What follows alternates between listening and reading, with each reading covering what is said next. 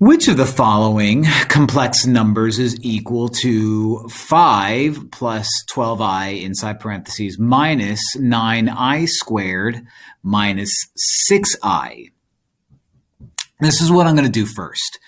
There's a little rule that, I is always going to be I, but if you square an I, it becomes -1. Now, if you're wondering why, well, you can't change I. If I were to take this dude right here and square it, it's now I squared, which I'm going to see right here.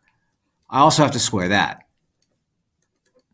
So the square root of -1 squared cancels each other out, and I'm left with just -1. So it's probably just best to remember and memorize the fact that I squared equals -1. Why do I care about that? Well, I can take this second parentheses and replace I squared with -1. So now what I have is 5 plus 12i inside a set of useless parentheses minus 9 times -1 is -9 minus 6i. So let's deal with these parentheses. Let's deal with them. Nothing in front of a parentheses means I don't need them. Okay, there's nothing holding me from keeping that parentheses there.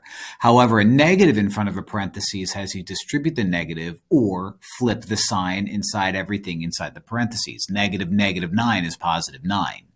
-6i is +6i. Now we combine like terms. Let's get the real numbers out of the way because that's the order that they wanted in. 5 plus 9 is 14. So I'm at my answer already. 12i plus 6i is 18i.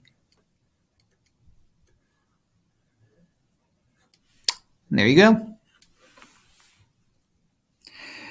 Pretty not bad. You just have to memorize what I squared is. And of course, there's a fun little thing where you could do I cubed, which is -i. You could do I to the 4th, which is +1, and then it repeats. I don't know if you're going to see that on the SATs, but we will find out eventually.